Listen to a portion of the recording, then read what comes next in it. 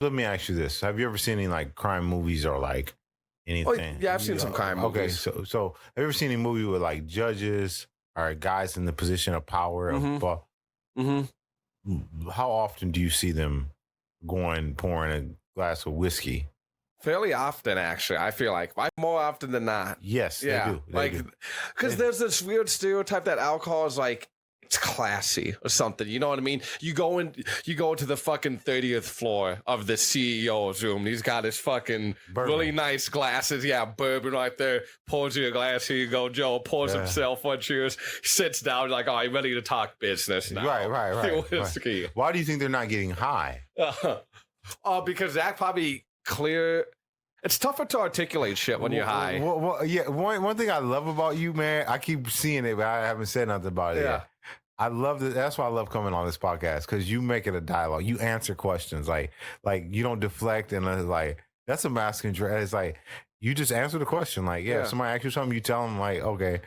And that's awesome. Yeah. That's awesome. Yeah. For me, it's like, I don't like doing podcasts high, personally. Right. It would like, I'm kind of, when I smoke, I get quiet. I kind of get stuck in my head. But having the drink, it does, like having a lowball whiskey, that does loosen you up a little bit. Makes it easier to talk about. What did you say? What did you say pot does? It makes me quiet and stuck in my head a little bit. So that's why I don't do them before I do podcasts. But there is some things I like about that, though. I don't like doing it in that social situation anymore. But when I'm alone and I do get high, sometimes too high, it's really easy for me to do some deep self-reflecting. And I do feel like my mind's working in a more creative way. I'm able to open doors and see things that I wasn't able to before. There's something like very spiritual for me about it sometimes when I get high. I've gotten really fucking high off like some weed cookies one time, dude. It like changed my life. I broke up with my girlfriend. That next day, I quit one of my fucking jobs, dude. I was in this room. This was back before I even started doing podcasts. I ate 2 of my buddies' weed cookies. I got so fucking high. I was hiding under the covers of my bed, dude. And I was just thinking about every aspect of my life. And I don't get that same type of just deep reflection with alcohol. What did you tell them about those cookies? I told him those things are way too fucking strong, dude. That's what I told him. Okay. Yeah. Wow. I still talk to that dude. He made some of the best cookies I've ever had in my life. You know? Okay. Okay, man. So he's got the cookie. You got his number? I'm just kidding. Yeah. I'll get you some. I'm just kidding. That's funny. That is good stuff, man. But no, back to like what comes like people in power and drinking. Yeah. It does loosen them up a little bit. It loosens you up, and it makes it easier for you to talk about things. Yeah. You know, I get that. But the thing is, like, it's really easy to overdo alcohol. Okay, you can have a low ball of whiskey, fine. I would do it. Once that second one comes, it's like, okay, then you might start feeling a little buzzed up. Like, people always say alcohol speaks like a drunk mind speaks sober thoughts.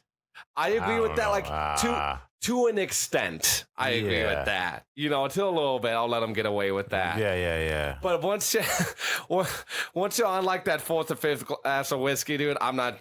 Eventually, people start spewing nonsense. Yeah. I mean, when you're drunk, I mean that's different. I think somebody said like a glass of wine a day is healthy. I guess I've never tried it, but the weed thing, I'm skeptical of it because it comes with a certain mentality that it's not. If somebody said, "Hey, I drink on the weekend," I'd be like, "Okay," but if somebody told me they smoke pot on the weekend, I'm probably gonna hire the guy that drinks on the weekend. Really? Okay. Yeah, because if somebody smokes pot, there is a demeanor. There's a thing that comes with that is so consistent. It's like this, just chill, man. I don't want you like that if you're working for me, because that feeling probably feels really that's good. all good, boy. Yeah. Oh man, just let it go, man. You're just making it's bad. just life, man. Oh man, that's funny. Don't forget to send me that guy's music. What's his name? Lil Pump. Oh, Pump.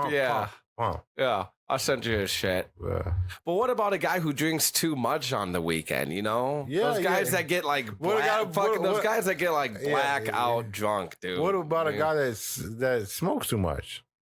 I think the difference is that when you guy smokes too much, he's going to bed. A guy who drinks too much, he's fucking puking. He's getting in his car drive. You know, it's just a lot more destructive of a drug than marijuana is. In the long run? And in the long run and in the short run, I think.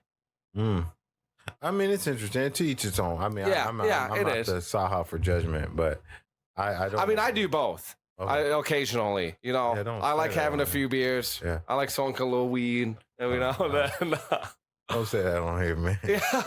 Somebody might be. I just met a guy that is he was a undercover agent at the airport, and the stories he was telling me, I was like, that seemed like that would be fun. Like they would get packages and go and come down and like look through the package and then give it. They would call police. Police come in a fake FedEx truck.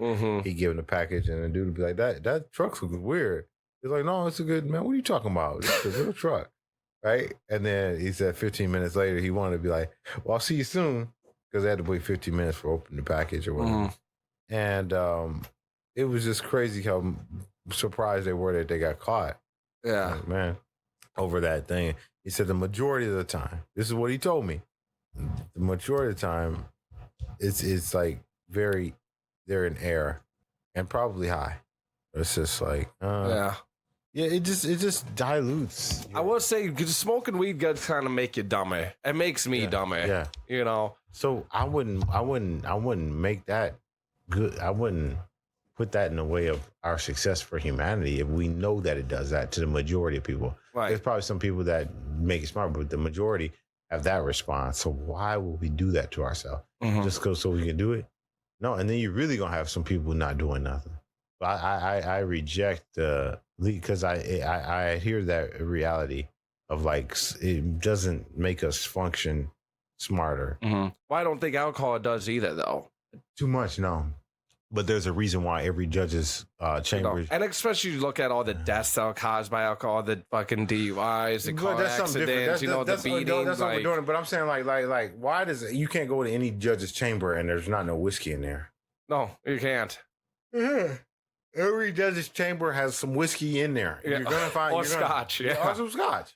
And I see judges because their mind, their thinking is good. They're credible. That's what I'm saying. Like Pookie, Ray Ray, and Bob and Billy smoking weed is not. Look at